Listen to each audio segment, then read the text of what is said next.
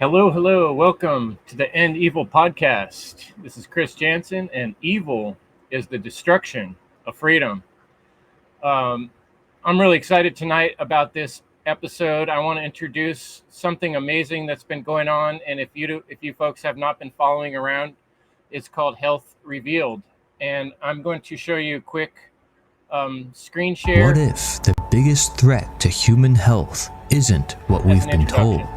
For centuries, we've treated symptoms while missing the root cause.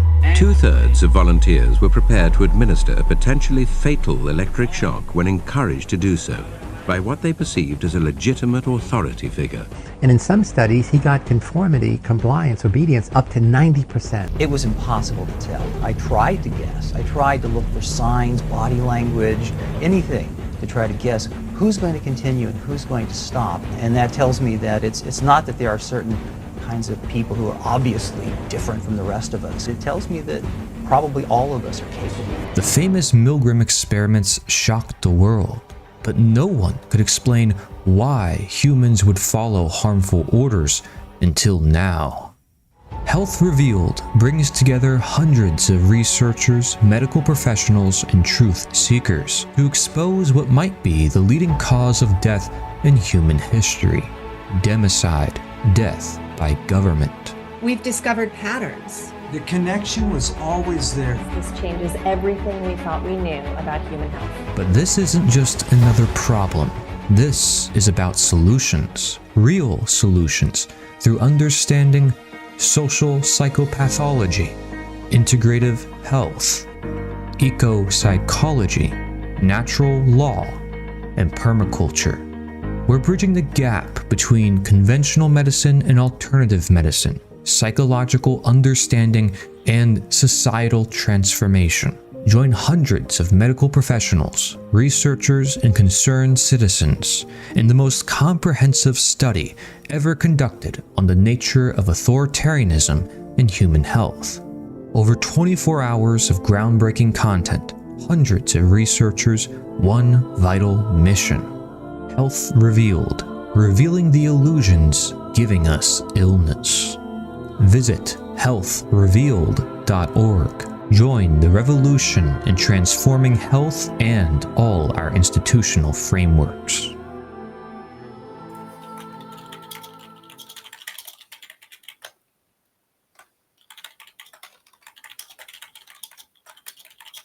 I'm muted.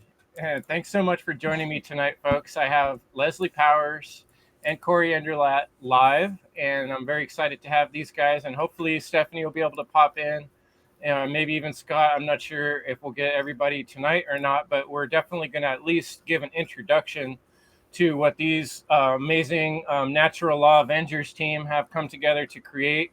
I'm going to first hand it off to Cory because I know you could do a far better job to introduce what Health Revealed is, and maybe you could start by just telling us a little bit about what gave you this idea to contact Scott Gordon and Leslie Powers and Stephanie Mo Davis to create this Health Revealed team. Where did this all, how did your inspiration start on this? Thank you, Chris. I appreciate the introduction. Awesome clips for everybody who's out there in the freedom, natural law community. I think a lot of your viewers, a lot of mine as well.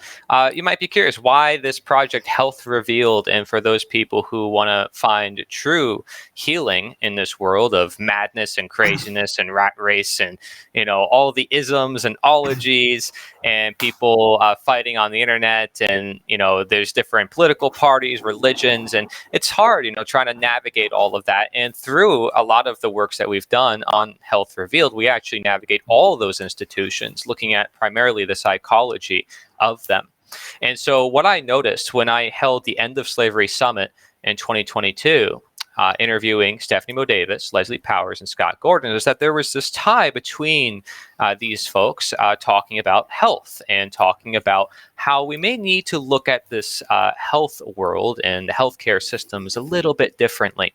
And so because we saw that there's a world of disease in America, particularly, there's a lot of fast food, standard American diet, the SAD diet. And now people are starting to see, oh, wait, we got to look at the colors in our food and the sugars and the carbohydrates and the fats and all this stuff. People are starting to become more aware of that, especially in recent years. Now is a great opportunity to intersect these realms of freedom and health and to show, like, here's the people who've been in that system. Leslie Powers, she's been in that system, the experiences she has. Stephanie Mo Davis, the experience she has. I mean, it's profound to me that I had the more obligation to bring them together and say, we need to bring this information together. We need to share it with the world. And better yet, can we do what hasn't been done, which is the biggest project in history on the nature of authoritarianism, which I believe that is what our project is. Wow. And that is putting the light on something that's currently in the darkness. It's the hidden aspect of our world that so many of us have come to various waking up experiences in our life. And although that term gets tossed around, the sad truth is that there are many things that have been hidden from us. And I think, that's a good place to start. I want to hand the mic to Leslie next. And I think we got Scott with us here. You there too, Scott? Thought I heard him for a minute there. Yes, I am. Thanks for joining us. Right on. And so maybe we could kind of just take turns. And if you guys want to say a little bit about yourself, I want to send people to healthrevealed.org. Cory's and the team have done a really beautiful job there of introducing themselves. And there's a nice little intro for each person there. And I want you to go there and read the beautiful work and look at how well that's all laid out. But for now, I'll just hand it to each of you. And my first question to each of you is about the connection between the occulted nature of our reality and health. Why is our health so hidden? Why is this like a magician trick where there's something hidden from us and then we get to a certain age and we have to rediscover what does health mean and how do we handle it? So I think that applies to your topic. And I'll hand it off to Leslie Powers at AliveThrive.life. Yeah, thank you. So that's a big question, which I'll attempt to shed some light on. First of all, I'm a licensed clinical social worker. I worked as a psychotherapist and clinical social worker for like 35 years, kind of crazy when I think of that. And I've been in a lot of different settings, healthcare settings, as well as social service settings and schools as well. And I mean, a very wide range. And what I've noticed, so then my graduate program was called Rockefeller College School of Social Work, Rockefeller College. And as I've come to learn, Rockefeller had a huge impact on determining the curriculums of colleges and the focus of doctors and social workers and healthcare professionals, in that there was a certain curriculum that was state, I guess, influenced and directed the training in a certain direction. And what has been occulted is who's really benefiting from the focus of the training and therefore the focus of the treatment. What kinds of treatments are promoted and what are avoided, neglected, ignored. And so when we talk about what's being ignored or not promoted within the healthcare system, there's a wide range of very helpful, holistic healthcare practices that are being left out. And so people go to their medical providers, to their licensed healthcare providers with an expectation that they're the expert and that they have the answers for them. But sadly, what those answers are predominantly is a very narrow range of help that follows a certain protocol that isn't always benefiting the patient, but that is benefiting the pockets of the pharmaceutical companies or the politicians. And so what Cory's really pulled into this project, which is very unique, is the idea of statism, or the belief in government, in the belief in authority that is broken down into state governing agencies, and how this is really taking over and guiding our healthcare system in ways that is really hiding, occulting, other options for people to find wellness, wholeness and thriving. And we're kind of blowing that out, bringing that out to the surface. I'll stop there. Yeah. Right on. Yeah, and I think what partly brought us all together also is natural law. That has kind of been the foundational principle of what the work that we all studied in common and where we all met online. And from there, what I really love seeing is this convergence of brilliant minds and building upon what we know. And it's saying, well, why are people having a trouble recognizing this inherent principle of natural law where human behavior gives us these outcomes, where reality just sort of like gives us this situation based on the way we've acted all together, and we do depend on one another and our health to operate.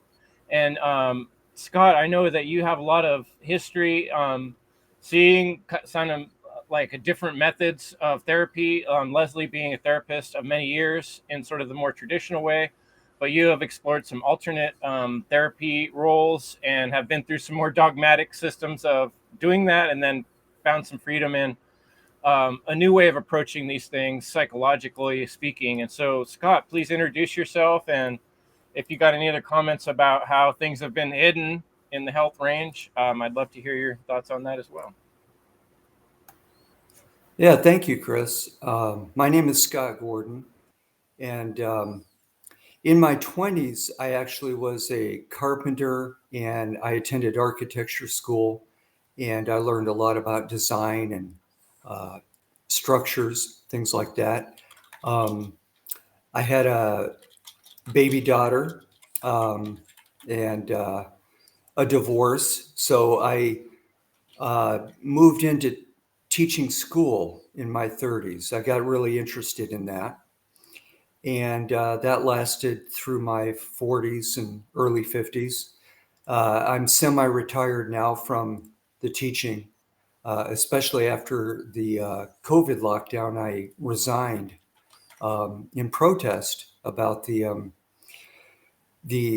protocols being put in the schools against socialization and learning, and the mask wearing and things like that. I just couldn't go along with that, so I retired, and I'm teaching online school for homeschoolers right now. While I was in my 30s and 40s teaching, I was also a member of a cult, Scientology, and in that cult, for all the things people have heard about it, there is an effective inner work therapy, and it's been kind of sequestered from traditional psychology and psychiatry for perhaps by design. There's kind of a conspiracy theory that we could go down a rabbit hole there. It's my contention that it was by design. However, for whatever reason, Scientology became a cult, a very protective, self-protective cult, and rejecting the outside world and having rules and regulations about membership and associating with people. And so when you're not in the cult, you don't get to associate with anybody you knew, no matter how integrated your life was with. For example, I lost a family. I was in Costa Rica and had married a Costa Rican. We had a wonderful marriage. 8 years later, I'm out of the cult because I'm questioning the abuses going on in management that are being reported by people that are leaving management. So that set me in a new direction because I found a lot of value in the inner work aspects of it. And granted, that can be abused, and I wouldn't take it as is by going into the cult or just taking what is published there. But there are some extremely valuable principles that are very different from traditional psychology and psychiatry. And I'm actually in a project to sort of kind of integrate it with what we might call, since it's claims to be a religion, and it has some claim to that. People can argue that point. I call it secularizing the information. In other words, making it so that a religion or membership in the Scientology cult is not required to benefit from some of the good elements of inner work that are unique and are not known in general. There's a certain sector of psychology that has accepted something called traumatic incident reduction, and that's been kind of given to the public by a wonderful guy named, I'll think of his name, I'm sorry, it's not on the tip of my tongue, but his name is Frank Gerbaud. Okay, so he actually wrote a book called Metapsychology, and the TIR is now accepted. Traumatic incident reduction is now accepted in insurance programs and for counselors to do as an official therapy. And that is kind of a rendition of Dianetics, which kind of got the Scientology movement going. Dianetics is basically the element of close your eyes and re-experience an incident. Okay, that's the simplicity of it in a nutshell. It can get very complicated depending on how you want to get the person focused or get the person down perhaps a chain of incidents to the root of it. Okay, then you're going to need to know more than just close your eyes and relive that incident over and over until it's gone or until you feel much better about it. So I'm involved in that element of it. And then the Scientology part is basically the idea that, and this is an exciting new idea, that, for example, a lot of people know that the primary tool of hypnosis is repetition. Okay, and so we know that repetition is an essential element, hidden element of mind control. Even a lot of people still don't know this, but a lot of people do now. There's the element of repetition there is done in advertising. It's done in Hollywood movies. It's done in all kinds of mind programming. Well, there's actually a reversal to that, and it involves questioning or directing by repetition, and I call it repetitive Socratic questioning. Okay, that's kind of a new term for it. It's kind of part of the Scientology package, but it's not punched up to the center like I think it should be, because this is the release of the mind control by reversal. Okay, so we're basically reverse engineering the essential mind control that's been done by the dark occultists for hundreds, if not thousands of years. Okay, so this has been known to them for a long time. And basically, we're looking for ways to reverse this and to bring someone out of mind control.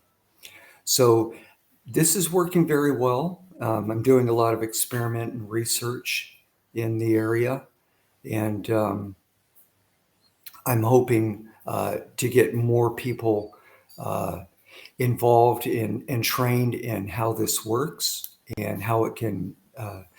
It's always been a pretty good life improvement therapy in Scientology, but it's one of those things you kind of have to mortgage your house to get it, or join the cult and be on staff full time. So that's how it's sequestered. And again, I believe this is done deliberately, and it was sort of like, we're going to have a section of mental knowledge, but it's going to be kept in a cult where people can't really, it's not going to be broadly used, but people will pay a lot of money for this. So my basic project has been to release this for broad use in the public. And there's been a lot of legal illusions that the Church of Scientology that people may have heard about. They're very litigious, with attorneys. And I have just bypassed. I was myself trained to be a legal assistant in Scientology. And I've kind of bypassed these legal worries about copyrights and trademarks. You cannot copyright or trademark a process or a mental help therapy. You can copyright and trademark some of the names or terms, and you can try to, because people are going to use these terms generically. Okay, so I haven't had any problem in that line. I've had some harassment in the past. I actually live in a foreign country, Argentina now, and that's helped a great deal in lessening the harassment. There's still online stuff, and Facebook has been involved and connected. So it's been kind of an exciting life, but I'm trying to make it professional, and I'm trying to collaborate with other professionals. And I ran into Leslie and Cory and Stephanie on this project, and we've looked at all this, and as well, and just to finish what I'm saying, I'm going to get over my long speech. As well, I was kind of red pilled very early. A lot of people will know the book by, I'm sorry, but a major book in the red pill community, and it came out in the early 90s, and my fiance at the time was working at a bookstore, and she got an advance copy, and I read that all night as soon as I got it in my hands. And I have Behold the Pale Horse, and it was William Cooper. Okay, so I have been very interested in kind of, at first it was politics, because you think politics is a solution because there's something wrong with the world. And I became a leftist at the university, right, in the 80s. So in the 90s, I read that book, and it sort of got me away from the political thing and helped me to get above politics and realize this is really deep. This rabbit hole is really deep. The techniques of control that are used on us are very sophisticated and very long in development. So basically that initiated me into this community. But again, I was in a cult, working in a cult, and we had a certain mindset we were supposed to adhere to, and I was kind of outside of that to some degree, and able to pull away from that. And it helped me when I was ready to leave the cult, because I already had that. I actually had a position in the cult, which was to be an outside facing person, to interact with the media and lawyers and things like that. And I always had one foot out of the organization, even though I had, it's called a mind trap, the cult. I was in that as well, but it was very easy for me to free myself using the techniques, oddly enough, of the deprogramming that Scientology can be, and using those techniques to free myself from the cult. And then I found Mark Passio's work, and that was the rest of the missing puzzle, so to speak, that I could actually get the philosophical pieces that were missing in Scientology and learn about natural law and right and wrong, and understand more about good and evil, which I was always interested in, and had some answers in Scientology and a lot more answers in the natural law community. So that's it. Sorry for going on for so long, but No, I appreciate it, Scott. I really love hearing different folks' sort of discovery journey. We all have to keep discovering in this life, and what's amazing about this reality is there's always more to discover.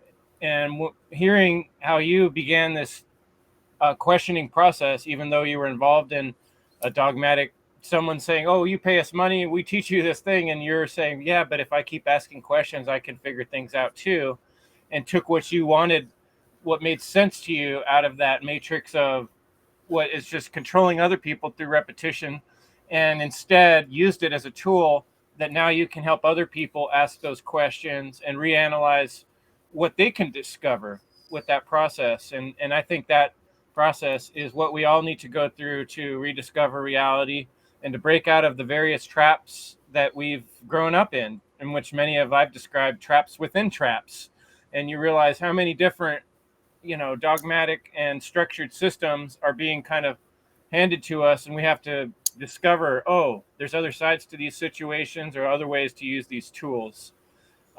Cory, did you want to say anything more about the connection between things being hidden and occulted and health before we move on to the next question I got loaded up?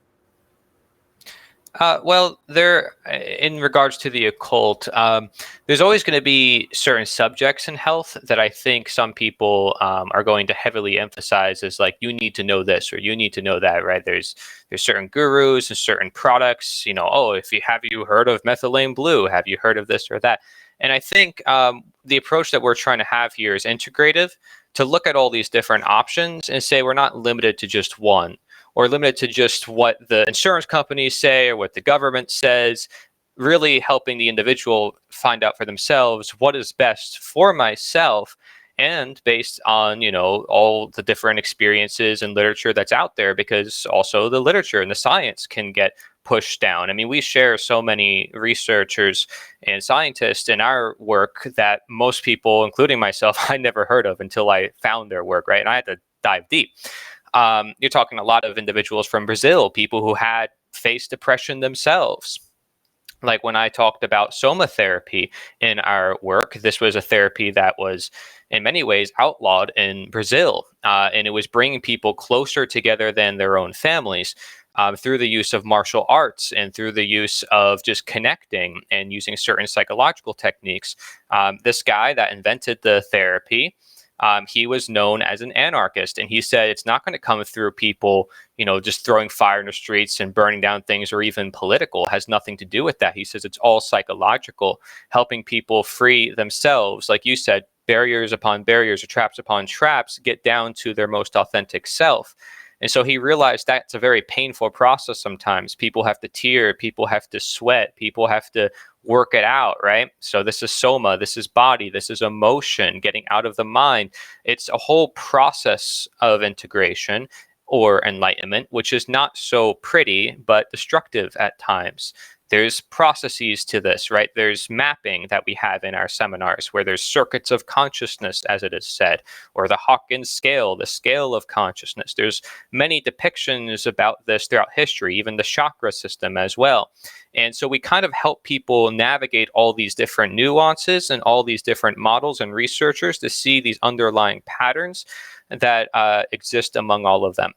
So I would say for all the people, especially, like I said, the people who mainly follow a lot of your works, Chris Jansen, the work that I've done on slavery, for instance, Will Keller, the work that he has done, Mark Passio, to understand that anarchy is evolving as a concept, because many people think of it as chaos. Many people think of it as, the A with the circle or red and black, and communism or socialism and left-wing dogmatism. It has evolved into voluntarism and anarcho-capitalism, where it's like, wait, maybe capitalism isn't the enemy and maybe we can have free markets. I am trying to say, well, wait, what if there's actually more progress to be made on anarchy, not just the concept of freedom? Because what about the psychology? And as Dennis Fox, a common researcher in this field, said, there's barely any books connecting anarchy with psychology, but yet the connection should be there, because you have researchers like Seymour Saracen who are saying, hey, the central anarchist insight is that people want a sense of belonging. They want to belong to a community, but they also want to have a sense of individuality. And that balance between the two is the foundation of the struggle that we've had as humanity for thousands of years, creating all sorts of governments. So anarchy, or this idea of this freedom that we want internally, is something we cannot resist, but we need to further understand. And when all this research is pointing toward psychopaths and sociopaths wanting power, and then Machiavellianism as well being tied into that, and narcissism, and they want power, and that power corrupts people physically, not just mentally, and that basically we can have order naturally through nature, through the Taoist teachings, and through some of these psychological teachings. It really puts things on its head. Like, maybe it's not that we are inherently evil or that we need to control other people to make them good. Maybe we just need to approach this with a little bit of understanding about human psychology. How do you raise a kid? Are we punishing them to make them obedient, or are we teaching them morals, for instance, right? And this is just a basic foundation. But going down this chain of events, okay, there's trauma from one generation to the next, and there's war, and then it permeates generations, and people don't know why they feel the way they feel after thousands of years of history. It's not a surprise we're confused and we're trying to find ourselves. Frederick Bastiat said that superstition would be toward the origins of civilization. So we're continuing to evolve, and I'm simply providing accountability, showing sources, saying, hey, here's a new way of looking at things, right? And so for everybody out there in the truth and freedom community, recognize the power of psychology, I would say. And then it really can get to the root cause, because we often say, right, the mind, the mentalism creates our actions, which then creates the world. So let's look at it. Yeah, real eyes, right? Like, you can look with your eyes kind of blurry and just cast a quick gaze over things and get the basic idea, or you can use your real eyes and you really look at things, not just the physical aspect, but what do these things mean? Why are they here? Like Scott pointed out, asking more questions. Like Leslie's pointed out, experiencing conversations with more people, and our connections to each other and our experiences all being unique, coming together is part of why I think what you five people are doing is so four, I'm sorry, there would be five of us if Stephanie was here, and hopefully she will, but I do want to share something of her work that I think kind of stuck out for me as I was listening. Stephanie tells a story of going, she kind of tells her point of view more from being a patient point of view, whereas, Leslie was kind of like the therapeutic, and Scott has been a teacher, and Cory has also been a teacher of, various methodologies of health. And then Stephanie, although she is now very much a teacher in her own right, likes to really describe her experience of what she went through as dealing with these physical maladies and being diagnosed with these problems and having to go through this system. And doctor after doctor after doctor, she finally meets a doctor that says, Stephanie, how are you doing? And just literally like takes a minute to just ask her how she's doing, and she realizes, man, this is way bigger than they're trying to treat me like a machine, like a clock. Did we put in this? Did we put out that? Did you take the medicine? Did you not? It's all just addition, subtraction, what's on the computer. And when someone actually took a minute, and looked deep, she says, then I had this realization, and it's like a revelation, right? Like you're describing, this thing is being revealed that our systems aren't caring for us like humans. They're treating us like machines, like we're just objects, and we need to reinvent and re-realize. And the Renaissance is what you're talking about, Cory, that Will and I have described too. How do we show people a better way to do things that doesn't include all this treachery and doing things for money, and actually care for people's health? And so my next question for all of you, Chris, before you do ahead, the Leslie. question, I wanted to add one thing that I think is important, that bounces off what Cory said and related to what's been occulted. And I think what's been occulted is the knowledge of ourselves that we have. I think it's been very deliberate that in schools they don't teach kids about their own psychology. They don't teach kids about how their nervous system works or their own physiology. And we've come to really see that the body is a part of the mind. The body-mind is interconnected. We're a system, mind, body, and spirit. And that this is knowledge that's being compartmentalized and held in the offices of people given certain access, right? Certain degrees, like the cult behavior that Scott was talking about is happening in the whole healthcare system, actually, where information is being restricted and compartmentalized, and it's being held from the average individual who then doesn't really understand how their own mind-body system works. And I think that that is the most powerful information that anyone could have, because when you understand how your mind-body energetic, physiological, and psychological system works, then you know how to, in a sense, treat yourself and solve problems, both individually and in community.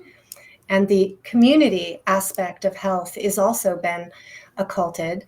And in fact, the opposite has been encouraged, of keeping us more separate. So this whole concept of compartmentalizing and hiding truth and separating people, all very, very foundational. Yeah, compartmentalizing brings me back to school. You get all these kids of close to the same age from a random zip code and just shove them in these rooms and expect everything to be cool. Like, you're going to learn this stuff, and my body and soul resisted that in many ways. I didn't understand at the time. It was very traumatic for me. But shoving people together like that, of all different races and religions, and they try to make it sound good, but you're forcing something that isn't a very natural process. And that's not the way it's gone down through most of history. And so it's hard for us to recognize how weird it is, the way we've all been kind of shoved together and pushed into these situations. Like, no, you have to show up every day. You have to follow these rules, stand in line. And this causes stress. And all these different types of stress express themselves in our lives, in our addictions, in our problems, in the way we treat one another. And like you're saying, Leslie, in the very beginning, we should be working a lot on dynamics, on human dynamics, and how we treat one another and how we care for one another. So one thing I noticed in all your work, from Stephanie's to Scott's to Leslie's and Cory's, the way you all speak, is there's this undercurrent of sort of bringing to light this aspect of stress that we deal with, that they don't really talk about very much in the medical establishment or in school. How do we deal with stress, and what's the relationship between our health and our stress level? If you guys want to go around and comment on that, I'd love to hear your opinions on that. Yeah. Perhaps more specifically, we could say fear, and then to a greater extent, trauma. Right. So, I think, Leslie and Scott and Stephanie have delved a lot into the subject of trauma, and it helped me understand it too, because again, they have a lot more experience than me in the field. They see it, they experience, they talk to a lot more people. And so, I had a health coaching career. I was talking about nutrition, but naturally when I would talk to people about their health, it would never really be about nutrition. It would be about their upbringing, their exercise, their relationships, their spirituality, their career. And that mattered more to their health. And some of these cravings for food that they had came from a lack of fulfillment in these other areas. So we would call that an integrative nutrition primary food, and actual nutrition or food secondary food. Right.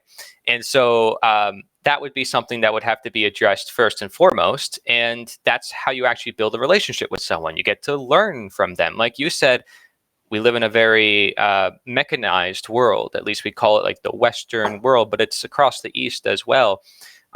It's across the whole world. People are being treated as machines, at least if they are given this number line of, you must take this drug if you have this disease, the pill to the ill.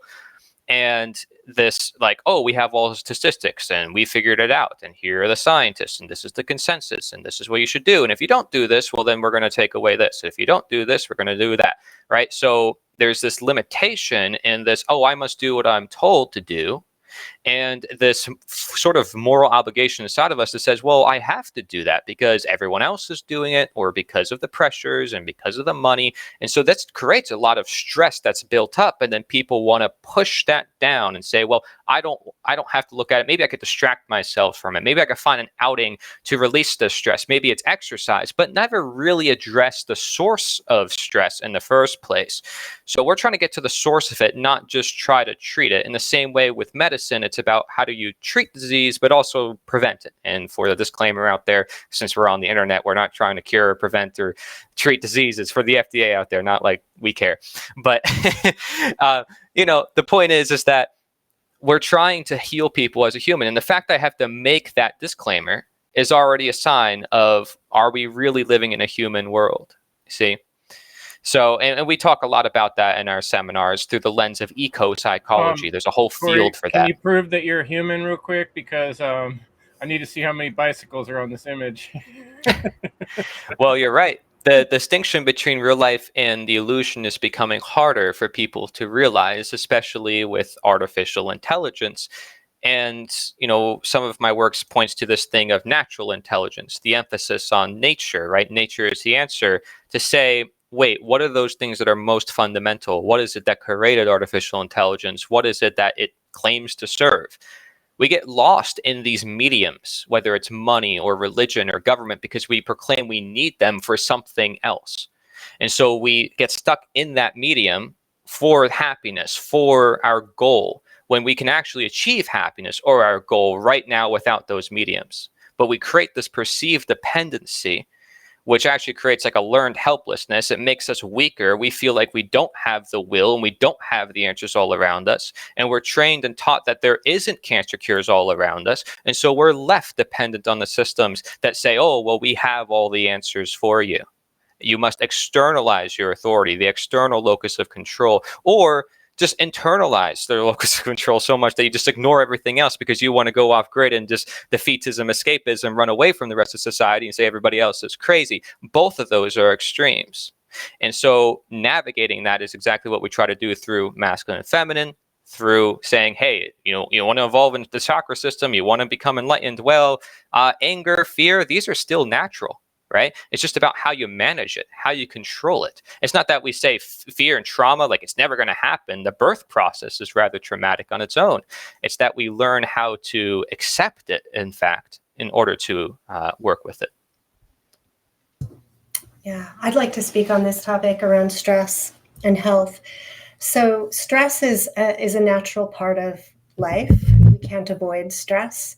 Like Cory said, birth is a stressful process. It's physiologically, it's difficult for the body, right? And, we can do things like cold plunges, which is creating a stress on the body. Some of these stressors, though, are actually creating resiliency in the body, right? And can strengthen us. But then if stress, though, is prolonged without an escape, if it's overwhelms the system where a person doesn't have the opportunity to reflect and process what's happening or properly rest and digest, if those stressors are just hitting you one after the other, it becomes overwhelming. And a person then does not have the chance to decompress.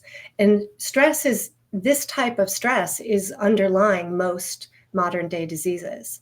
Most chronic diseases are stress related, and stress will exacerbate any medical condition, right? So reducing stress and learning to manage stress and balance our lifestyles so that those unnecessary, overwhelming stressors aren't what our life is all about, is what's really important. So we're thinking, well, how do we do that in this modern world where economically we're strapped, where we have to make a living? The economic system plays a big part. We're trained from our school systems to disconnect from our body's signals. Our body is brilliant, and it gives us signals naturally of when we need rest, when we need to go to the bathroom, when we're thirsty, when we're hungry.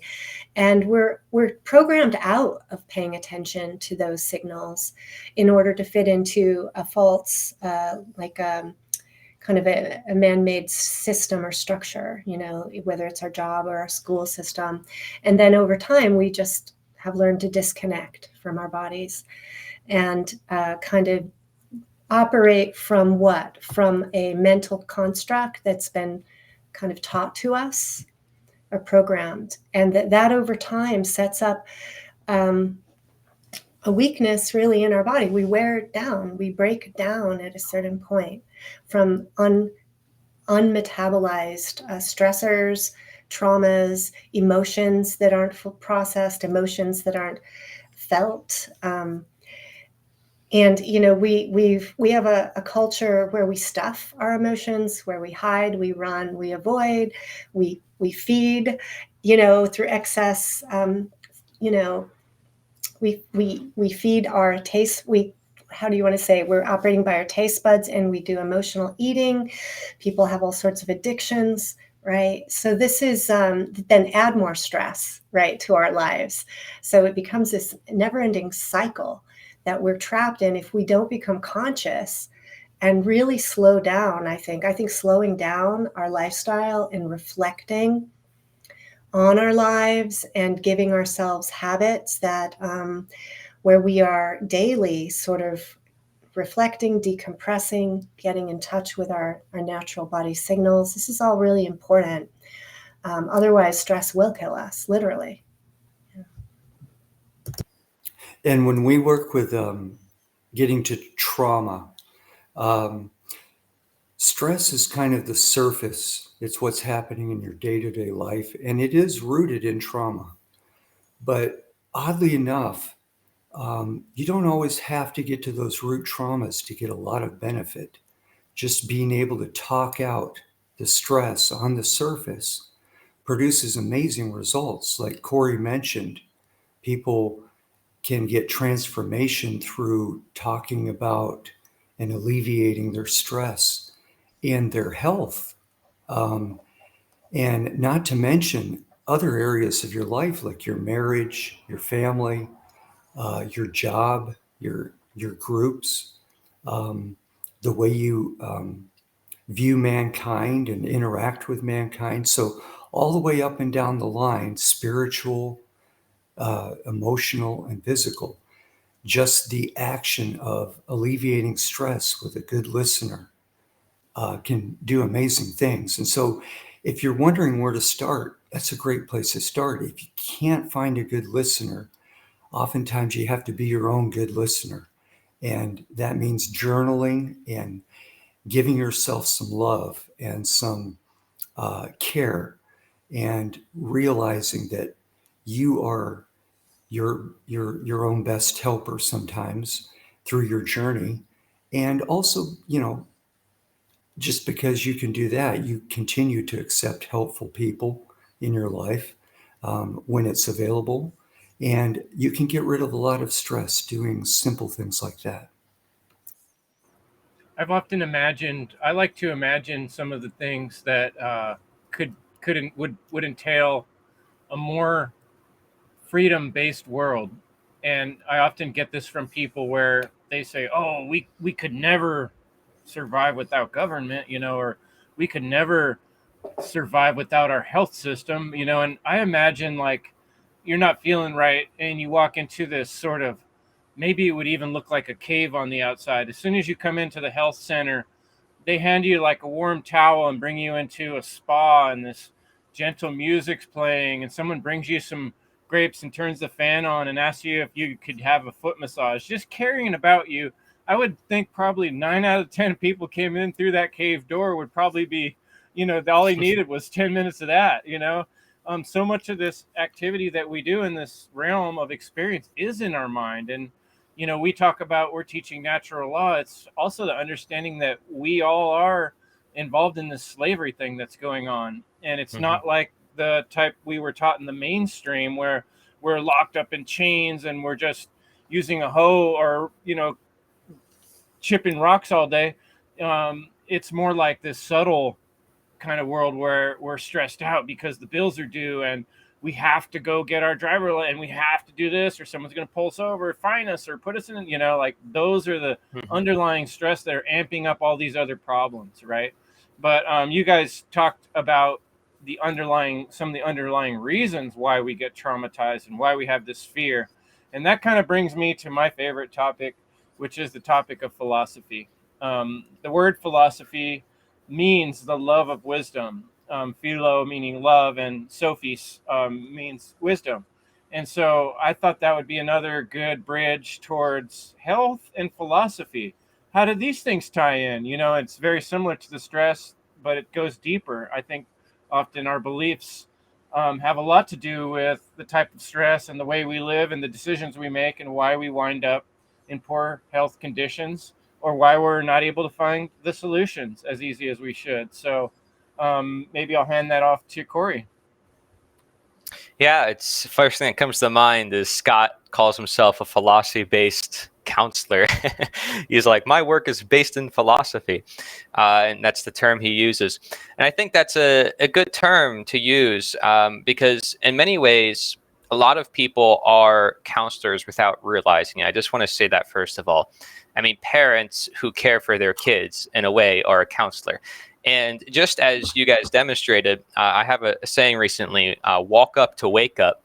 I walk up to strangers on the beach or wherever I am, and literally everywhere, I'm just looking around me constantly, and I'm observing people and seeing, who's open, who's alive, who's not an NPC, right? but who is generally looking distressed, who's looking alone. Like I look for people to help when I go places, because I know the smallest gesture or the smallest thing could maybe help them and brighten their day. Leslie says there's like a whole book about that. You can probably mention that if you want. But it helps people to just start that conversation, and I encourage other people to do that, especially in this space. As an action step, is just start talking to people, everybody, and it shouldn't be hard. And I know there's a lot of talk about, oh, these people don't listen, and these people are asleep, and this and that, but that's going to keep us away from being the counselor that we can be.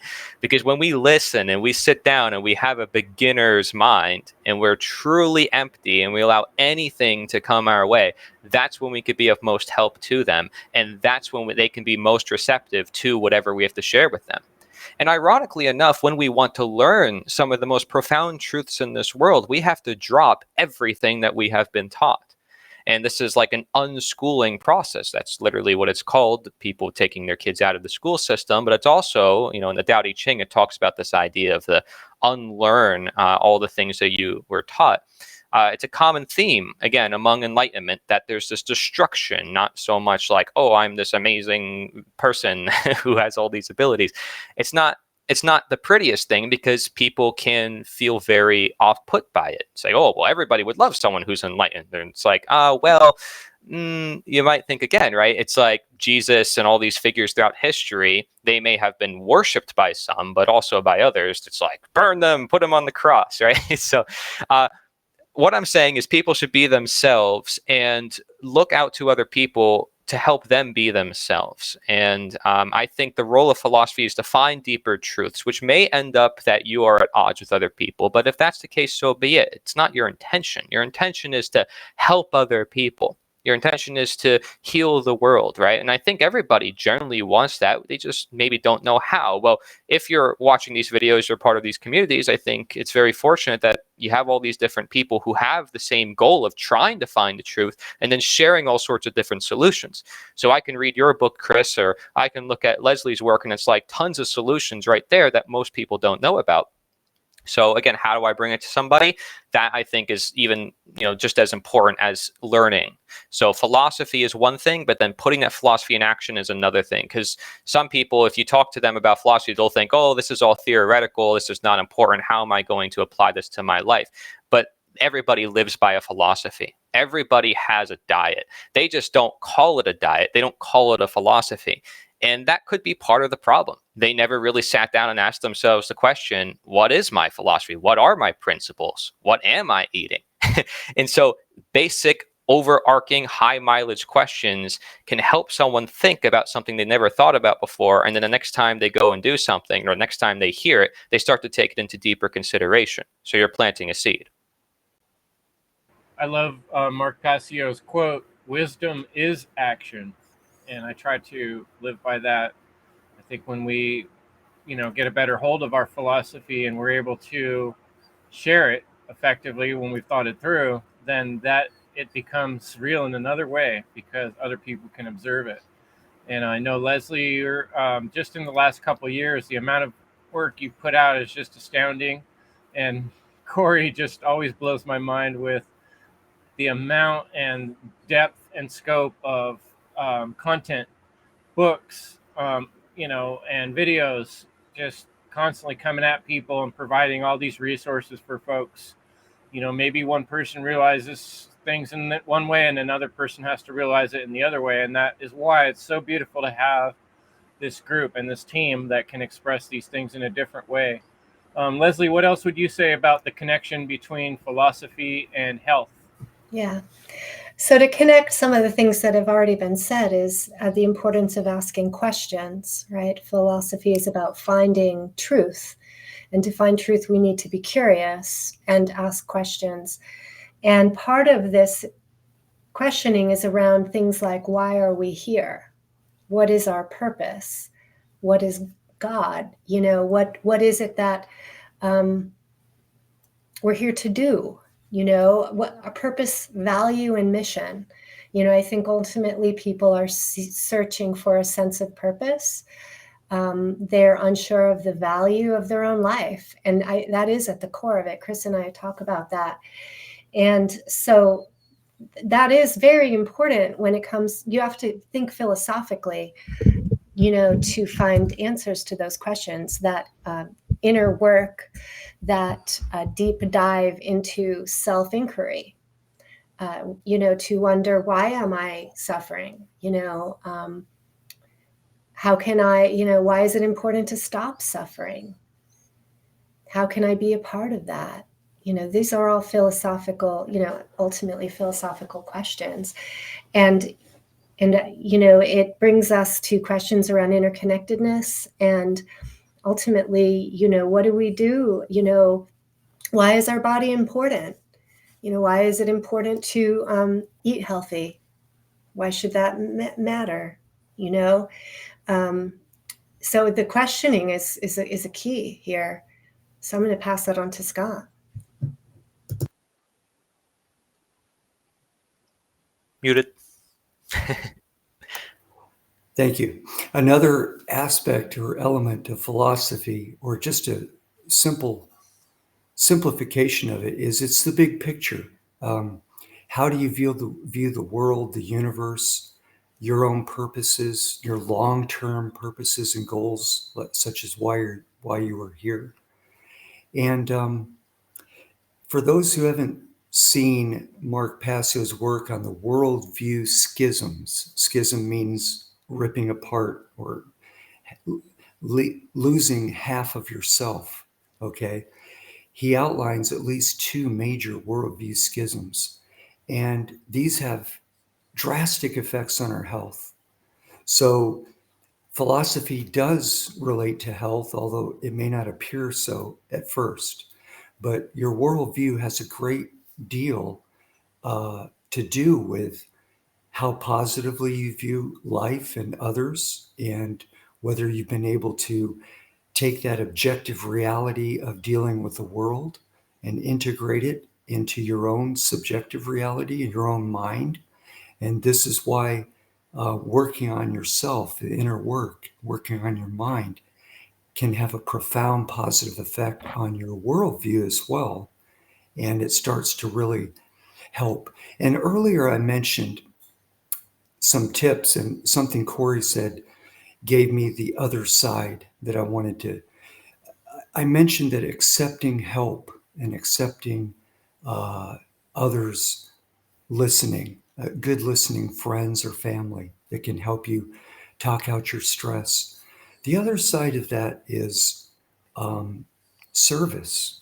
Service is the doorway to spiritual enlightenment and spiritual understanding, and will really get you into the realm of philosophy, because I believe that spirituality is big picture and is philosophy, and that religions, to one degree or another, not most of them not very good, have a philosophy.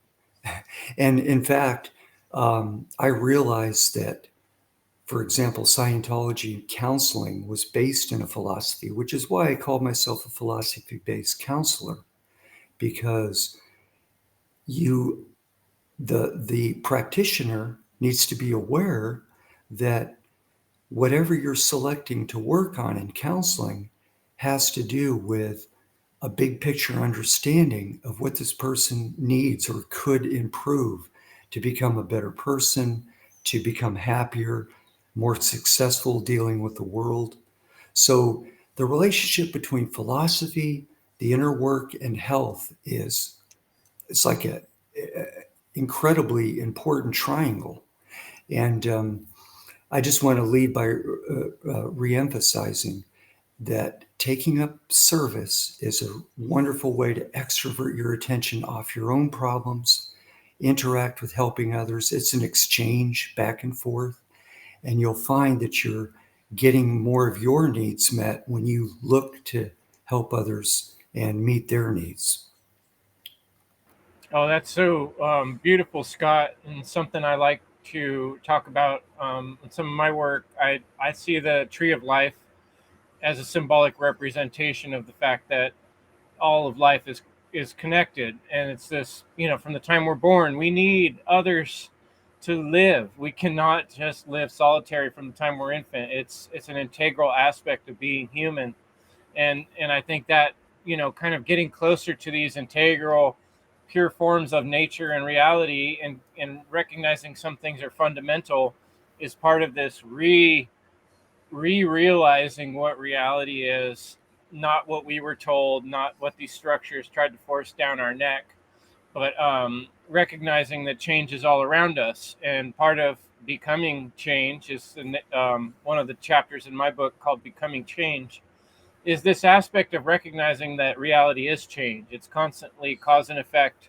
relationships, and we're getting mirrored back through our relationships. How do we feel when we do that? How do other people act when I do this or that? And that's how we get this understandings, right, and realization. So going forward, I think it's change is what I call the monster under the bed. Everybody's scared of it and they don't want to change, but it's the only way out. It's the only way forward. And so I wanted you guys to talk about the relationship between health and change, because what else is getting healthy or getting past some illness but making a change, right, or being part of a change.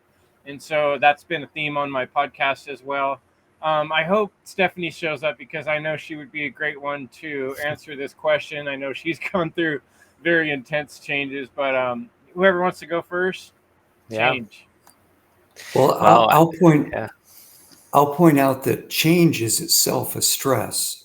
And as Leslie alluded to, or actually spoke out on, not all stress is bad, and not all change is bad. Okay, so change is a stress, and it can be a stress that helps us grow, or it can be something that makes us stumble, and we have to reevaluate who we are, how we're doing things, and that's where we make our changes internally, and those are opportunities to make those internal changes. So we're faced with a changing world and changing circumstances and changing people, changing attitudes. And so we have to be able to accept change, but we also have to be able to change ourselves to adapt, or to not all change is good, and not all changes should be adapted to. We have to have the wisdom to know the difference.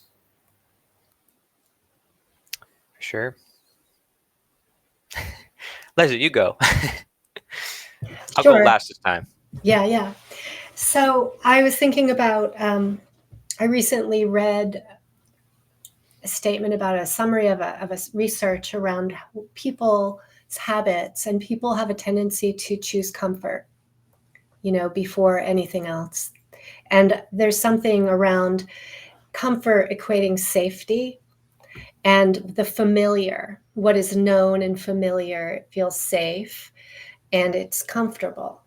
And however, ironically, that desire to be safe and the choice of comfort often really results in putting oneself in harm's way, whether it's trusting, the government, or it's, choosing the comfort of your recliner instead of exercising your body, or the familiar mac and cheese you were raised with, right? So there's a very direct component to emotional safety. And what Cory alluded to in the beginning around fear of change, right? Fear of change. And the fear is the mind killer, right? As in Dune says. And that the fear is generally much more blown up in our minds than it is in reality.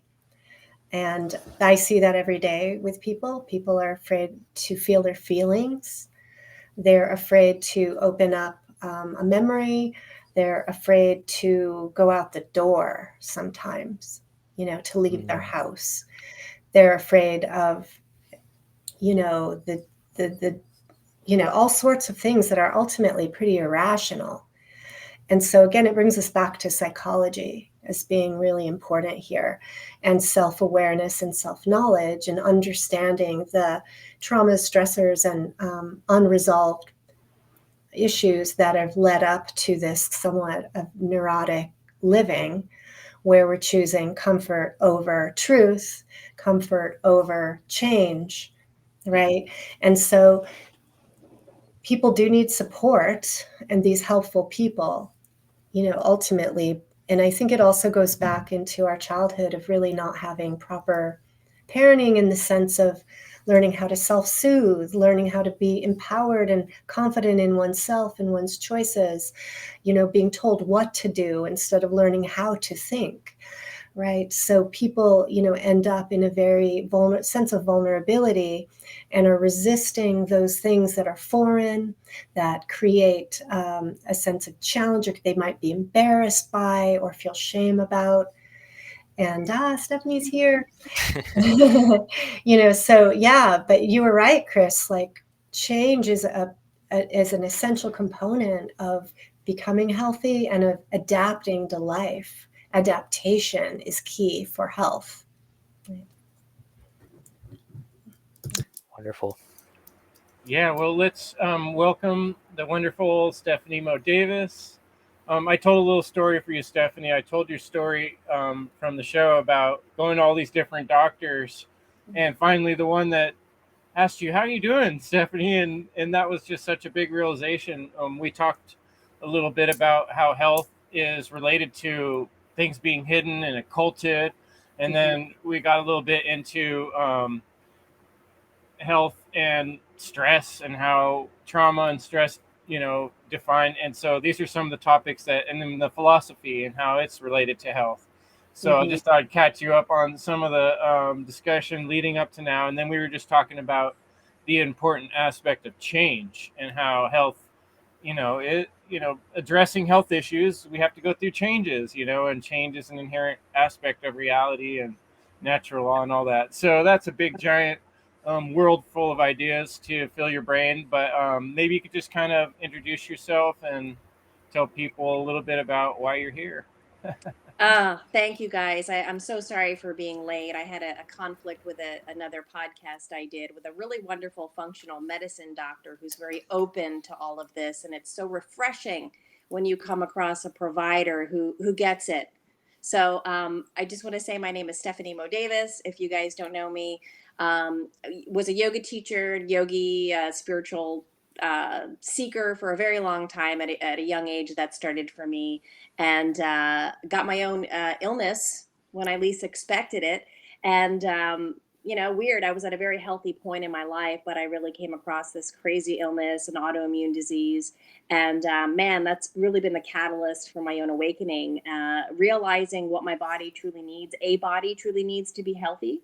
And then understanding where Western medicine gets it right, which is really, in my opinion, the technical side of it, technicians and surgeries, they really, really get it right. They're really sharp with a lot of that stuff. But where, I also learned so much of my treatment was actually the inversion of what I really needed. And I can see so clearly after being a patient for over half of my life, 28 years, I've been a patient. At many prestigious institutions, I can just see how vastly we're missing the mark for so many patients. And it really broke my heart, honestly. And, I had continued to do my own research even through my illness. And just to kind of feed into what you guys are talking about now, I got to hear Leslie just a little bit talk about change there. Is in terms of your health, and especially amongst the civilization that we're a part of at this time and the history that we're experiencing, change is a non-negotiable. I mean, you got to be all in. It's just that you got to be all in, and you got to be your own researcher, and you got to educate yourself, because there's nobody that is going to do it for you. So as Leslie said, change is such a critical part of being healthy and educating yourself, and you got to look outside the box. And I think that's probably why all of us know each other here, because we've all had dove down a ton of rabbit holes. And every rabbit hole that I've been in uh, was painful when I got to the bottom.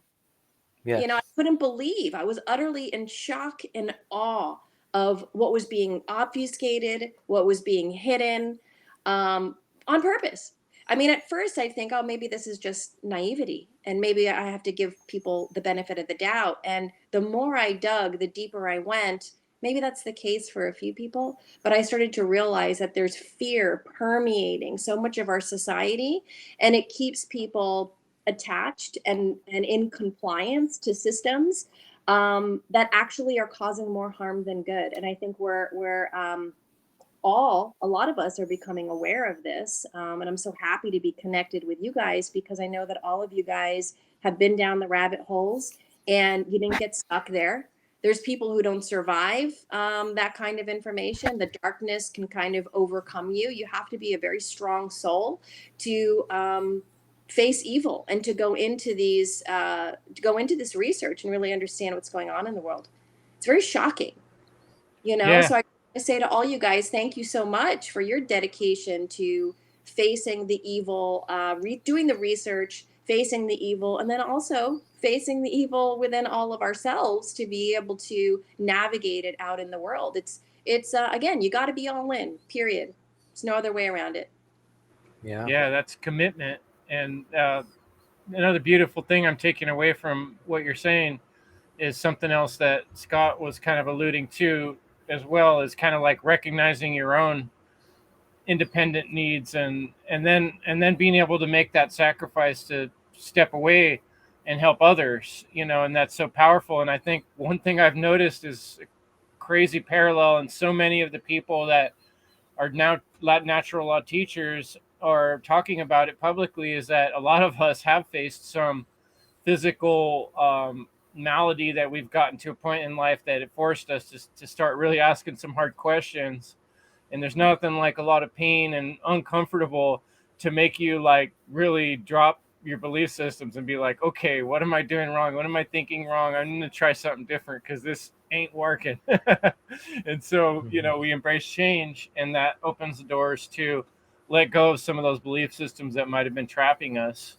But yeah, I think, Cory, were you going to pop in next? No, it's up to you if you want to keep moving forward. I could always add on to what you guys were saying, but I could do that any time as well. Cool. Scott, do you have anything else more you wanted to say about change and that topic? I mean, I have a lot I could say about change. If you want, I mean, for instance, right? And here's another solution that I think, because I know that most of, like I said, our audience, they're mostly already freedom oriented.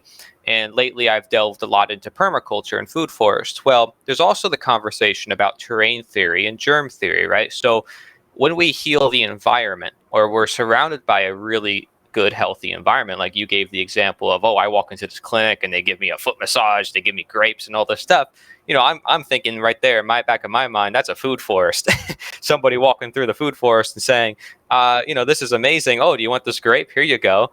And just relax, because that is literally how it felt for me when I went to Jim Gale's place in St. Cloud. So I believe that all of us can create that no matter where we are, and we can network with other people to create these beautiful environments that allow these types of conversations to happen with everyday people, so that way the shadows can open up more easily, and then the whistleblowers from these systems can also more likely be willing to change, because change will also be a variable that becomes more accepting as the culture and the surrounding environment says, hey, it's okay. You're allowed to change. You're allowed to be different. You're allowed to speak your mind. Now, of course, again, there's the extreme and a nuance to this that, oh, well, everybody's got to speak up and be like their own like little hero here. I'm a content creator and I'm a victim, and you got to pour out cries, tears from me, and make sure you give me money, right? There's people who overly take this where it's like, oh, I'm this, and now I'm going to show the whole world. I'm going to get tattoos on all my arms and piercings, and I'm going to go show everybody. I'm going to make a whole brand out of it. There's different ways to approach that, right?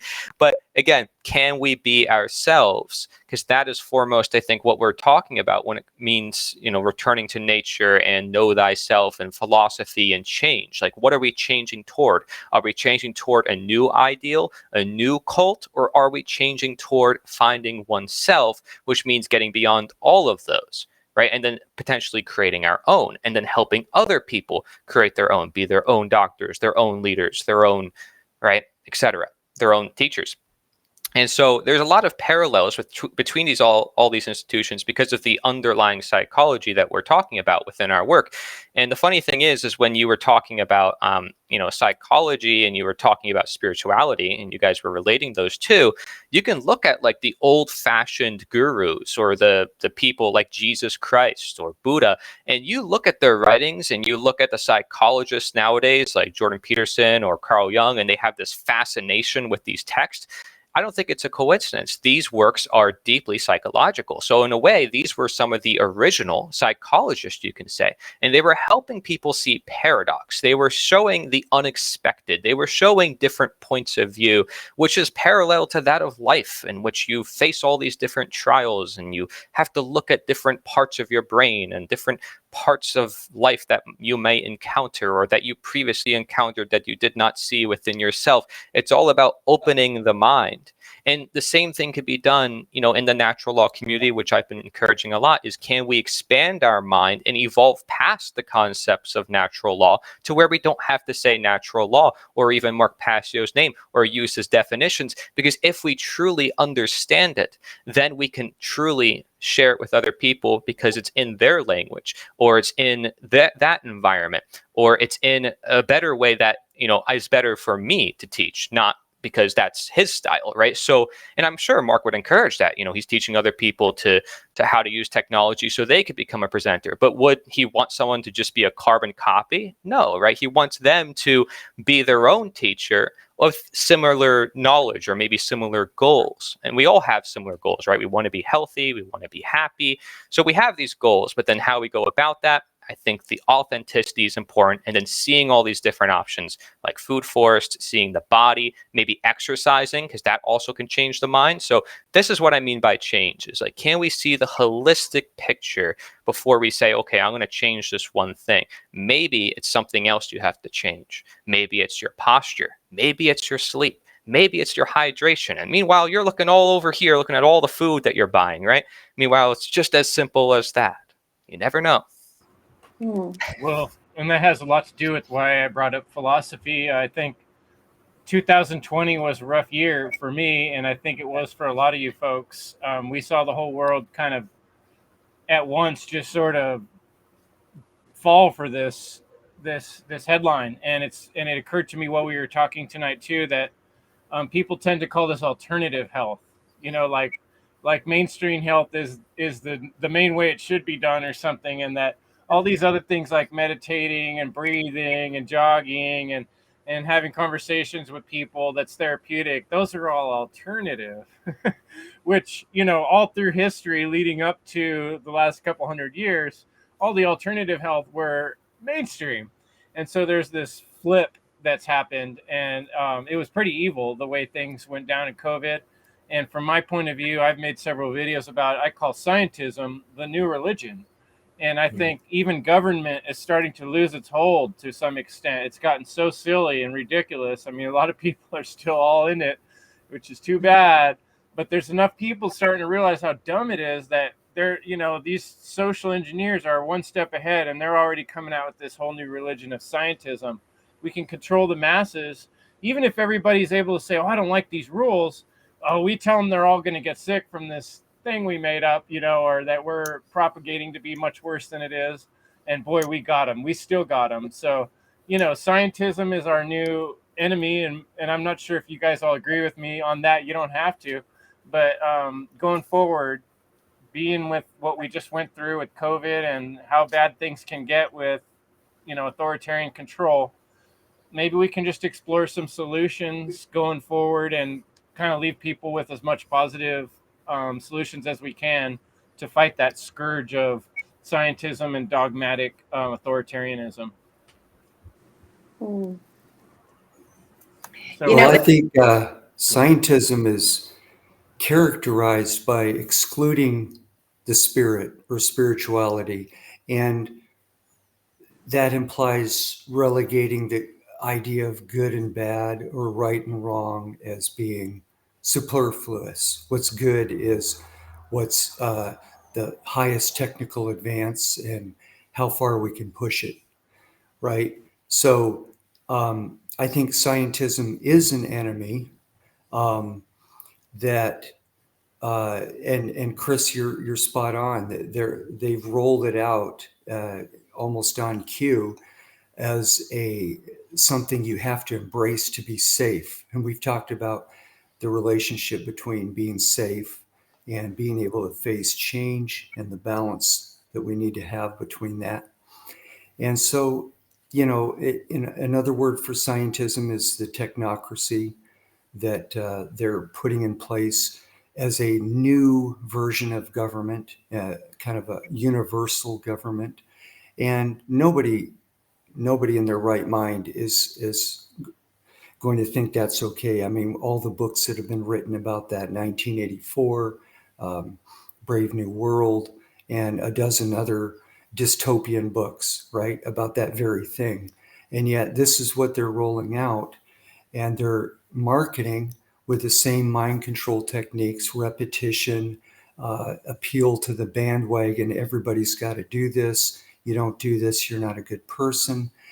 It goes on and on. But I think one of the key solutions is the inner work and philosophy, like I said, are so connected. And philosophy, traditional philosophy, has the know thyself as of utmost importance, because it's a interaction between the objective, the big universe, and the little universe here, the subjective.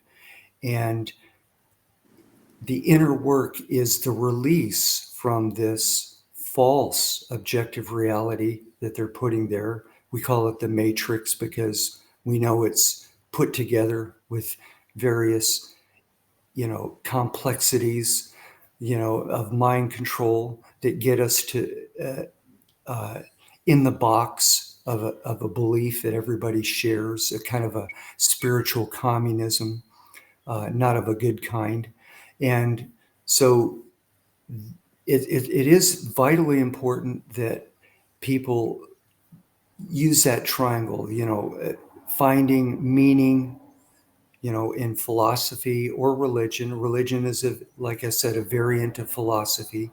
For those who don't want religion, philosophy is the thing. It's the study of objective reality or natural law, and it's kind of the overarching standards that we have for going forward. And it regulates, it's the objective that regulates the internal. And the know thyself, the subjective part of that is critical, because in order to exchange the two, you have to know yourself and what you want and what is needed out there, so that you can get into action and get those things done. So the inner work is of vital importance as our best weapon against this new evil, this new version of evil.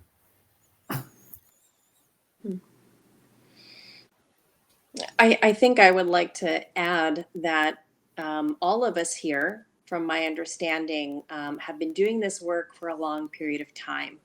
And we're deeply committed to the research and the philosophy, and we're able to contain a lot of information. I think we all have a very strong cognitive side of us. And one thing that I'm working on, besides, as Scott said, the importance of continuing to do the inner work upon myself, but then sharing the importance of that through, in my lens, through the spiritual lens, in the world, is I'm able to connect with Chris, I liked how you said alternative doctors, because actually alternative medicine is natural medicine and Western healthcare is really alternative, which is kind of interesting. But I'm meeting a lot of functional medicine doctors, which gives me hope, like Cory was saying, about branching natural law into different spheres and different cells of people that maybe speak slightly different to kind of open the conversation a little bit. Some of the functional medicine docs that I've been working with lately, they've heard of natural law, or at least what they're doing is they're doing the science that really verifies the importance behind some of the fundamental practices within the natural law community.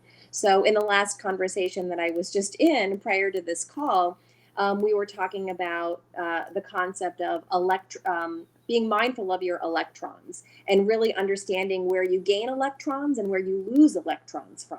Now, this has a lot to do with natural law and being in touch with the natural world. So there are certain things that give you electrons, such as nature, plants, certain things in the environment, high frequency music, classical music, jazz music, solfeggio frequencies, unprocessed food, healthy food, foods that try to cut the oxidative stress. There's a whole interesting list. Relationships, emotional health in relationships is a big one that can take electrons from you or give electrons to you. So it's a nice way to branch out natural law in a biological, kind of easy to digest way, is to kind of challenge people. How many electrons are you gaining throughout the day and how many are you losing? Because it gets them into the awareness that the natural world, away from excessive EMFs, away from excessive screens, away from toxic relationships, into healthy thinking and healthy living and healthy eating and nature, is all a way to raise your vibration or increase your electron charge within your body. So to simply say to somebody, do you realize throughout your day where you're losing electrons? Because when you're losing electrons, that's in your production of energy, in your ATP. You're actually losing energy. If you're low energy or you're sick and you want to feel better, you could be low on electrons. So what are the ways in which you can increase your positive electron forces throughout your day? That comes from all of the things that we talk about in the natural law community. The philosophy and the things that I think we all love to talk about on a deeper level. I think we have to realize how much work we've all done. And we're coming into contact with a lot of people who are very new into the work or even brand new in the work. And I think the important thing is to not be frustrated at them. The reality is that there are people waking up right now. And it is a little frustrating when we've been in the field for 10, 15 plus years and we have all of this information and we want to rush everybody awake. But I think the key is to remain compassionate with people who are still struggling or on the verge and the precipice of awakening. They're new to awakening. Yes, we can have opinions about people who refuse to awaken and they comply with the evil. That's different. And there needs to be people who face that level of authority and tyranny as well.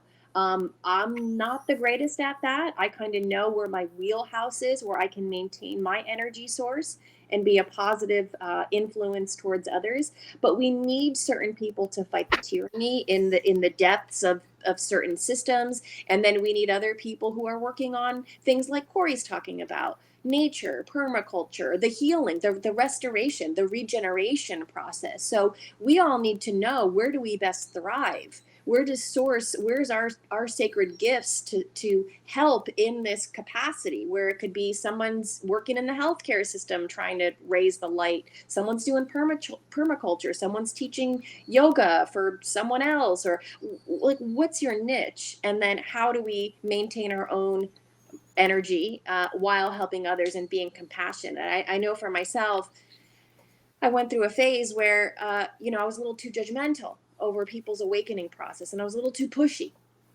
I wanted to force it on them. I wanted to force feed them. I wanted to open their mouth and shove it down their throat.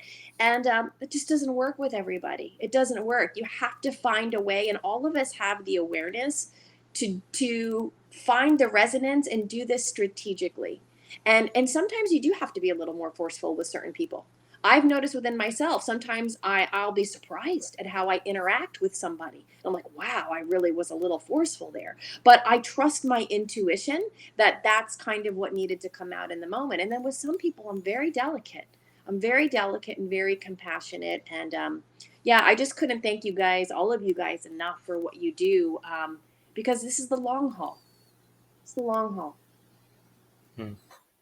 Yeah, the big picture. Yeah, Chris, when I set up this project in 2022, I set it as a long-term goal. If you go back on my channel in 2020, 2021, I set up specific goals for the next couple of years. And one of them was a newspaper, the other one was a summit, the other one was this project. This was on the last long-term goal. And I didn't know who would be a part of it. Originally, I had a project talking about bullying and using maybe school advertisements and diving deeper into the subject of bullying and seeing how that may relate to other systems that be. But then, to be honest with you, this project pretty much encapsulates all the other ideas and all including bullying. So because it's psychological and bullying is just one aspect of it. Boundaries is just one aspect of it. Healing, they're all related, right? We bully ourselves, we bully other people. So yeah, I just want to say thank you, Chris. And I do have some I can say about scientism as well, if you would like. Oh, absolutely. And then maybe after that, maybe I'll show the website and let you guys kind of talk about where we're going from here. I know you have a Sure. lot of more big plans and exciting things that people lead them forward and where we're going with this Health Revealed. But yeah, go ahead. I want your thoughts on scientism. And I want everybody's help out there in the natural law community to join us in this project and help us outreach to different practitioners, because we will be starting up a lot of different things soon, including, I think, a show or a weekly show potentially. We're in the works of figuring all that out. As we actually have a surge of people reaching out to us from our previous interview with Mike Adams, which was awesome. Everybody should check that out. We dive deeper into our stories and sort of the intentions of the whole project. It's on the homepage of healthrevealed.org. But scientism, I see as sort of a belief system that reinforces transhumanism.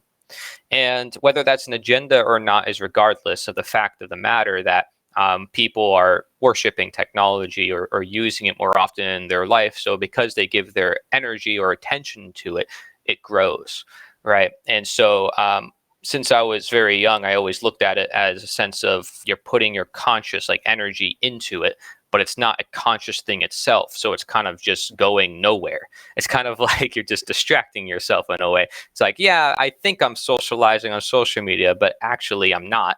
And we find out social media is making people antisocial.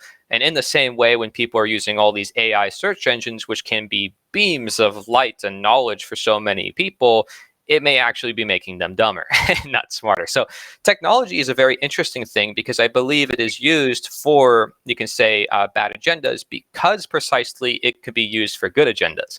See, now we have the greatest opportunity in human history to become freer than ever before because of technology. And at the same time, we have the same opportunity to become more enslaved than ever because of technology. So really, just like any other thing, it's just a man-made thing. It depends on how we use it as a tool. The problem is, and the reason why people get so fearful about it is because of the potential it could be used for bad. But I think if there's more emphasis on the potential for good, people would start to see, wait, maybe it could actually disintegrate the ego and show us all sorts of perspectives and reach knowledge that we never thought we could comprehend. That is magnificent. So, yeah, and of course, there's unconscious effects to it too that I think are worth looking at because we might think, oh, I am using this as a tool, and maybe the tool is actually using me. That is, I think, a whole separate conversation. But I will mention one thing that is a real phenomenon, and Stephanie brought this to my attention, which I think is a particularly good example of transhumanism in action right now, which is IOBNT, the Internet of Bio-Nano Things, which you can look up as a mainstream phenomenon, can be inserted into people's bodies and can have some sort of small robot that you never really know is controlling all your actions and belief systems and they're even potentially going to be used in the military. There's actively physicians out there. We show one in our seminar who are like, hey, we should use this technology to program everybody because, this is just the way things got to be. Like, if we're going to fix civilization, again, the clause, which you see across history, to protect, to secure, to comfort, well, we're going to unleash this thing, and this is what's going to be done. And they use terms like we and us and them, sort of like they're not part of that, or they are part of it, and then they're choosing what to do with other people's lives on behalf of them. And it's important to look at language, because it's one thing to say something's a cult, and another to say this thing is a fanatical or fanaticism. There's a language behind it. There's a lingo, and that lingo points to ultimately what's going on. So I would say people should pay attention to the language. When AI is very supportive to people, when technology is constantly saying, good job, and supports whatever position you are at, it can seem like, okay, this is something I should use more. And maybe it's a good therapist in some regards, but actually you need someone who can challenge you sometimes. You need someone who could be human, who can feel with you. And as technology evolves, people say, oh, well, technology can still do that. Technology can do that. But they're ignoring the underlying idea that there is something that has always been there naturally, that has all of that, that why are you recreating what nature already provides? What's going on here? Unless nature is not being fulfilled, unless something is missing right now that we're not paying attention to in nature. So if we're going to create something totally new and fix humankind, why are we fixing us? Unless something is broken. I just want people to ask these questions and look at the language. We need to build this. We need that. It's like, do we need that? Right? It's like, again, are the answers all around us? Is truth not a forever, universal, eternal concept? We talked about philosophy. We talked about change. Change will always happen, but change itself is a constant. So these are the things that I think people can look at, so they can kind of transcend technology. God is ultimately the answer to that. Yeah, Cory, I love what you're saying. And it reminds me, I think very truly that human beings are ultimately a phenomenal technology. We are the technology that we are not tapping, because we're looking outside of ourselves and being tricked. In AI, really, what is it? It's the accumulation of human knowledge. And instead of looking out, let's start looking within. That know thyself really is, very literally, study yourself. And in order to do that, we really need to slow down, and we need to start being a witness to our own thoughts. How does your emotions feel in your body? What does your body tell you? How can you start asking yourself compassionate questions to be a witness to what's happening in your body, in your thoughts, etc., in a compassionate way, which is really important, so that you're able to receive the good and the bad and the ugly. And it's through that process that we can come to some discovery about what is real and true, and facilitate healing.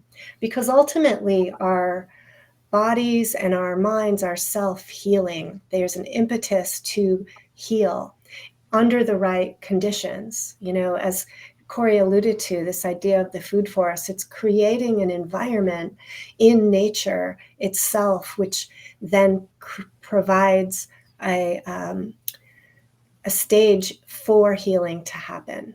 We have to be thinking about our environments. We need to be thinking about our pacing of life, where we're looking, whether we're looking without or within, and really try to create an integration through this awareness. So I wanted to add that. Yeah, and I really like that aspect you bring up often, Leslie, about holistic, and I've heard each of you say it in different ways, kind of looking at our whole self. We change our minds, we do change the world. That's how the world changes, is by minds changing, and it can start with one or two and then leads to groups, and that leads to more and more people having that ability. Like you pointed out in your awesome introduction, the Milgram experiment, we saw how when people were highly affected by who's in the room and who says what, but the more people that we have out there saying, hey, let's ask some more questions, let's consider changing our mind, because the way we've been thinking has been leading us to these same repetitious problems, the better we can, look at all the different alternative pathways forward that might be more beneficial. So as we close up, I'm going to go ahead and bring up a screen share if I can manage to do that with my technology here. And if you guys want to just talk about where we're going with Health Revealed going forward, and any hopes or dreams or resources you want to share with people. Okay. Go ahead, Stephanie. I want to let you talk, Cory, but I knew you were going to say that. I knew it. You're like, Cory, you're going to... I'm like, oh, gosh. Don't like the spotlight all the time. I like these guys. Okay, I put the spotlight on Leslie, Stephanie, and Scott so much because, like I said, they have a lot of experience and stuff haven't. Like, I got into so much knowledge from this project. I got way more than I thought. I share with them like all sorts of things that I go through emotionally. They get to hear all of that. poor guys. I'm sorry. And they also hear all the music. I sometimes link to them. But music is part of it too. And there's that whole music event happening soon. This event, this whole website, this whole project, healthrevealed.org, is going to be involving a lot of people. You're going to see this evolve a lot over the years. It's probably going to change in form in many different ways. But we are planning on doing, like I said, a weekly show, and then incorporating a lot of clips, incorporating a ton of guests and collaborators for specific projects as well. It's not going to be limited to just a video format. It's going to also include written formats. And by the end of this project, which is not going to be the end, it's going to be ongoing, you're going to see, at least in a couple of years, you can say as a deadline, there's going to be a lot of resources for people regarding health, nutrition, freedom, I think anything in between as well, psychology, exercise, pretty much everything. We're really covering all of it because we're challenging all the institutions. So it's a lot, but that's why we're open to any contributors, anybody who's had even a health experience. Maybe you're not a practitioner and you're just like, hey, I suffered from all these different diseases and look at my journey. I think we'd be interested in that. We want to hear from everybody. We have a form on there for even businesses if they want to put themselves on our map. We also have a little form that you could fill out if you want to potentially be interviewed or collaborate with us. We've got all of our slides up there. I would like help from people who want to maybe work with us when it comes to clipping our content. There's a lot of videos that we have done that it would be nice to get into short form content. Just so you guys know, I've posted, hundreds of videos over the years. If you look at my analytics, 90% of my views are from short form content. That is 1 minute or less. That's 90%. So the majority of the audience overwhelmingly is from short based content. And I think that can lead people to longer content. But I think we need to work together on that. For anybody listening, I think no matter who you are, you have a place to work with us on this project. We all need to heal. We all need to create better environments. So why not, right? There was a lot I found out about myself that I did not know. And by doing this project, I found that out. I had this sort of like ego awakening that I detailed on my channel. And to be fair, we were just talking about technology. That has affected me tremendously. And I don't get really headaches anymore, but I used to get insane headaches producing my content, just overworking, like overthinking. And I had no way of really decompressing other than going out into nature. And through this project, I realized, I could do Qigong, I could do meditation, and some of these Soma practices, and just be more mindful in general. So that way these things don't happen again. Right? Because I am programmed even into the language I use, right? Kind of from a computing standpoint, you put this in order, you put this in order, you put this in order. It's very linear. And that creative side of me, which I've always had as a child, can get suppressed as you get older and adulterated and have to form words together and create sentences and then create books. Part of the reason why I want to create a fictional work, which I don't know if I'll get to. But the point is that I think it's all about opening our minds and seeing the parts of ourselves that we don't see or utilize. And that's how we can become a more holistic self in a more holistic world. Well, thanks, Cory. I'm super impressed by what you put together and your whole team. and looking forward to seeing where this goes. And I hope that it can reach hundreds, thousands, millions of people.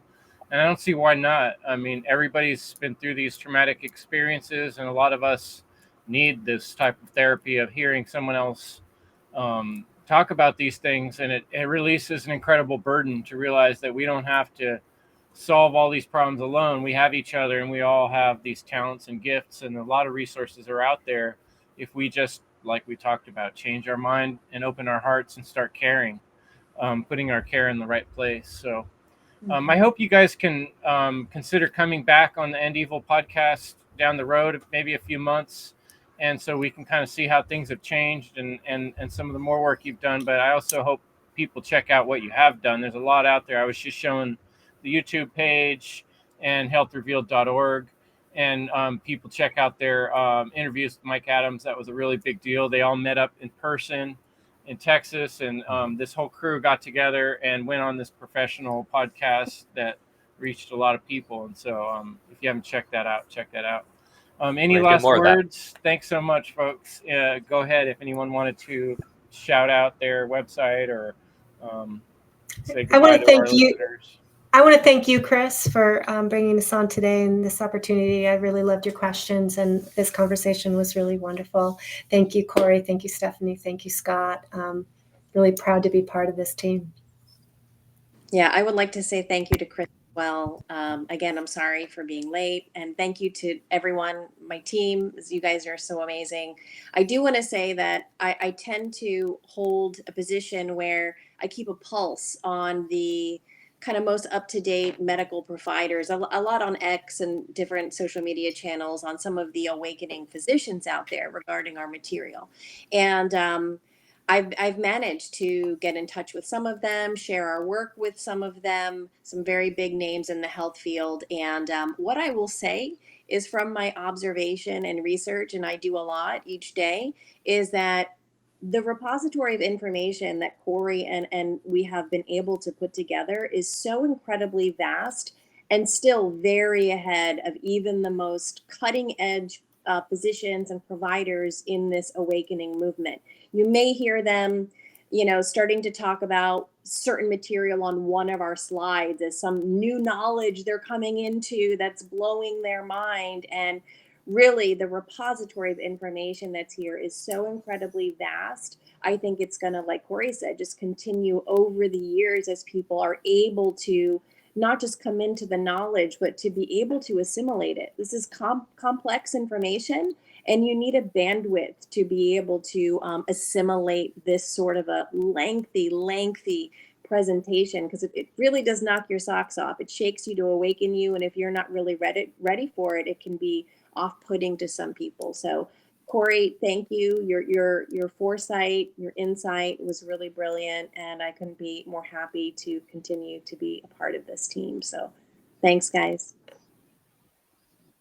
Thank you, Chris. Thanks, everyone. Thank you. Right on. Fantastic show. And we'll have these guys back. And in the meantime, folks, care about yourself and the people around you, and care to ask those questions. And evil is the destruction of freedom.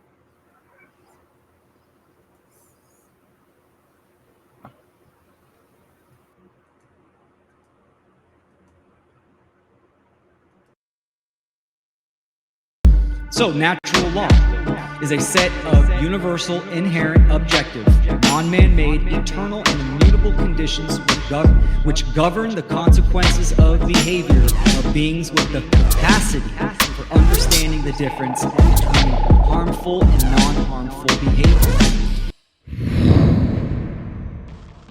Funnel 5. This book and this moment are urging you to pause. The book that changed my life. Are you ready to start your new life? Are you ready to awaken to the purpose and the passion that's been waiting inside of you all along? Check out endevil.life. Evil is the destruction of freedom.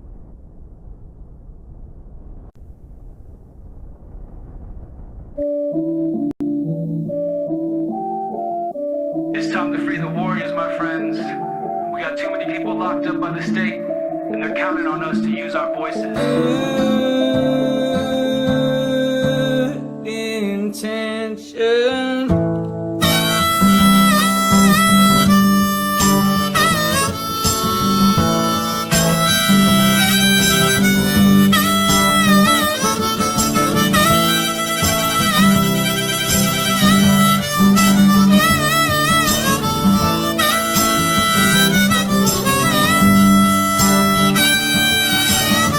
I'm living in this world and not of it.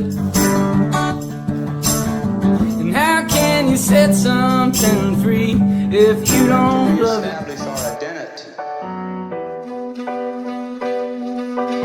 We have to understand who we are and where we fit in the natural order of the world. 33. The people who have created this system and they perpetuate this system, they are out of balance.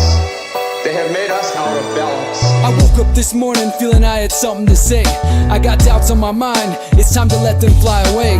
It's time to unlearn poison and heal broken hearts.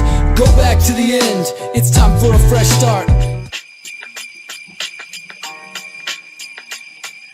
I'm repping this gameplay, cleaning my future like in a chess game. Bitches better make way, snitches make no mistakes. A slip of the tongue will make me accidentally slip a switchblade. Don't take my kindness for frivolous, take my time away from me. I'ma make you see what the fuck I call ghetto discipline. Or you better grab a water bottle. So what we have here is a multinational, multi-generational parasitic ruling class, raping the earth of its resources and driving humanity deeper in the bondage. And emerging from the shadows comes a light warrior determined, resisting the system of violence and coercion. Learn how to spot the workings of the men behind the curtain. Labor Day weekend, Soundpath to Freedom. We're gonna show them what a soundtrack is like for this movement. It's a grassroots, and we speak the truth. Come and be part of it.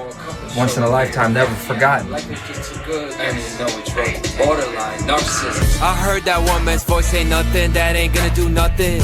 Do what I will, I'm scientific with it. Gunners my tongue never caught me with it. Telling the truth, they said I'm doing terrific. Dope boy music for real, can't be no dope boy until you flip it. Honor the spirit, switch it. If you're a real man, free your mind, will be half walk, half walk.